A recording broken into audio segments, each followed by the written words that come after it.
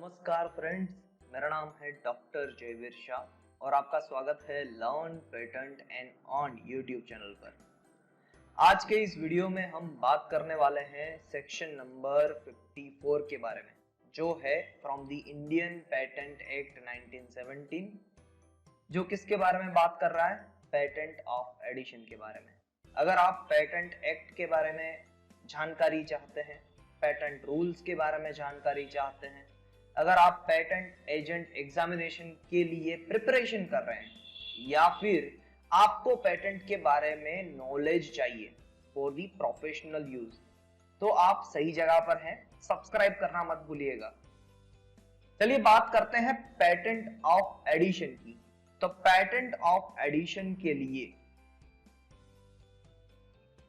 सबसे पहले आता है कि कोई एक कंप्लीट स्पेसिफिकेशन फाइल होना चाहिए। सपोज यहां पर मैं एग्जांपल लूंगा कि एक मैंने एमिशन कंट्रोल डिवाइस बनाया है। एमिशन कंट्रोल डिवाइस, एमिशन यानी धुआं, धुएं में जो प्रदूषण होता है ना, उसको रिड्यूस करने के लिए मैंने एक डिवाइस बनाया है एग्जांपल के लिए। अब जब मैं रिसर्च कर रहा हूं तो मुझे ऐसा लगता है कि एक और भी चीज है जो और हमें इंप्रूव कर सकता है, मींस इंजन को इंप्रूव कर सकता है, जैसे कि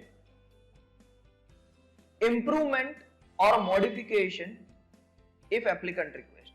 तो जब मैंने रिसर्च किया तब मैंने पाया कि फ्यूल के अगर मैं ब्लेंड को यूज करूं ना, फ्यूल ब्लेंड, जैसे कि पेट्रोल के अंदर इथेनॉल डाल दूं, मिथेनॉल डाल दूं, ब्यूटेनॉल डाल दूं, तो वहां से भी जो परफॉर्मेंस है इंजन का वो इंप्रूव हो रहा है।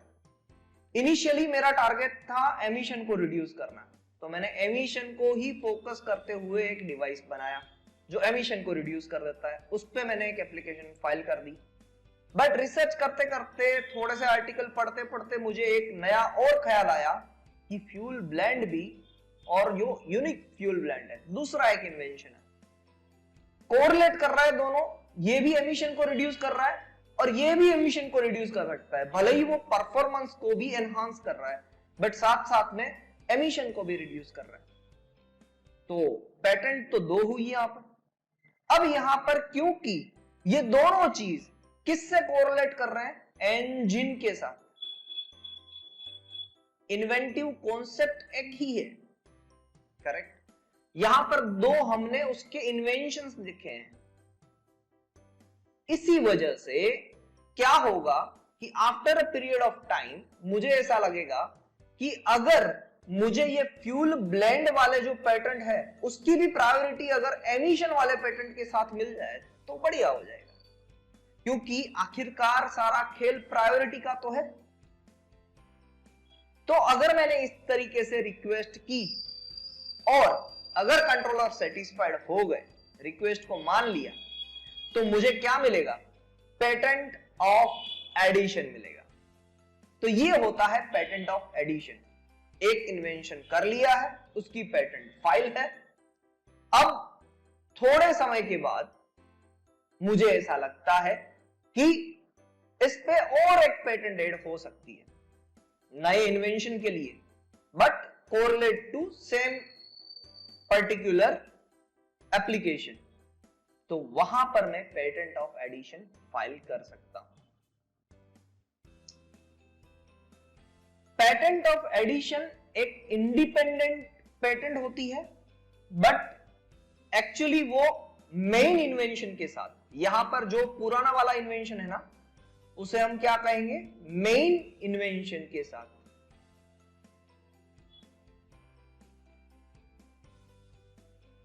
उसका रिलेशनशिप भी होता है। सो एक तो patent of addition independent patent है और उसका मेन एप्लीकेशन के साथ भी कोरिलेशन है। Upon a request, controller can revoke independent one and make it as patent of addition with the same date of revoked patent। इसको समझने के लिए समझिए कि ये मैंने पर्टिकुलरली एमिशन रिड्यूस किया था BS4 के लेवल तक। ये क्या है? BS4 एक स्टैंडर्ड है जो बताता है कि कितने लेवल का एमिशन एमिट होना चाहिए व्हीकल से, और ये ईयर टू ईयर चेंज होता रहता है। तो अब जाके अब लेवल आ गया है BS6 का। तो मुझे लगता है कि ये BS4 वाली जो पेटेंट है ना वो अब वर्क नहीं करेगी, क्योंकि नया स्टैंडर्ड आ चुका है। जो मेन इन्वेंशन है वो वर्क नहीं करेगा। तो उस केस में मैं रिक्वेस्ट करूंगा कंट्रोलर को कि मेरी ये जो मेन एप्लीकेशन है ना उसको निकाल दिया जाए। तो upon a request controller can revoke the independent one. तो कंट्रोलर ये एप्लीकेशन को रिवोक कर सकते हैं and make it as a patent of addition.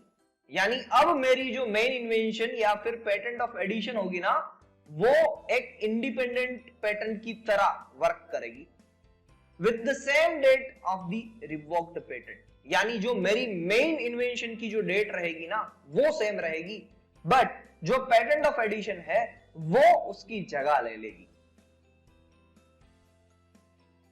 Date of filing the application was the same or later than main invention। जब भी हम patent of addition के बारे में बात करते हैं तो पेटेंट ऑफ एडिशन कब फाइल हो सकती है? एक तो उसी दिन जब मेन इन्वेंशन फाइल हुआ है, या फिर उसके पीछे उसके बाद में फाइल हो सकती है। उससे पहले तो पेटेंट ऑफ एडिशन फाइल हो ही नहीं सकती है, क्योंकि अगर उससे पहले होगी तो वो मेन इन्वेंशन कहा जाएगा। करेक्ट? तो पहले मेन इन्वेंशन फाइल होता है और उसके बाद में पेटेंट ऑफ एडिशन फाइल होती है। और पेटेंट ऑफ एडिशन तब तक ग्रांट नहीं हो सकती जब तक मेन इन्वेंशन ग्रांट ना हुआ हो। तो पहले मेन इन्वेंशन ग्रांट होता है, उसके बाद में पेटेंट ऑफ एडिशन ग्रांट होती है। अगर मेन इन्वेंशन रिवोक हो गया तो फिर पेटेंट ऑफ एडिशन एक सेपरेट पेटेंट की तरह वर्क करेगी। तो ये सारी चीजें लिखी है सेक्शन नंबर 54 में। मैं अपनी चैनल पे सेक्शंस भी पढ़ाता हूं और साथ साथ में एमसीक्यूज भी पढ़ाता हूं, और मैंने सोच के रखा है कि पेटेंट के नॉलेज से कैसे अर्न कर सकते हैं उसके बारे में भी नॉलेज मैं आपको देने वाला हूं। बहुत सारी ऐसी वेबसाइट्स है जहां पर आप इस नॉलेज को यूज करके पैसे कमा सकते हैं, उसके बारे में भी नॉलेज रहेगी इसी चैनल पे। प्लीज सब्सक्राइब कीजिएगा। डिस्क्रिप्शन अच्छा लगे तो लाइक कीजिएगा, अगर नहीं अच्छा लगे तो कमेंट कीजिएगा, कोई क्वेश्चन है तो कमेंट कीजिएगा और मुझे इंप्रूव कीजिएगा। Thank you very much and have a nice day.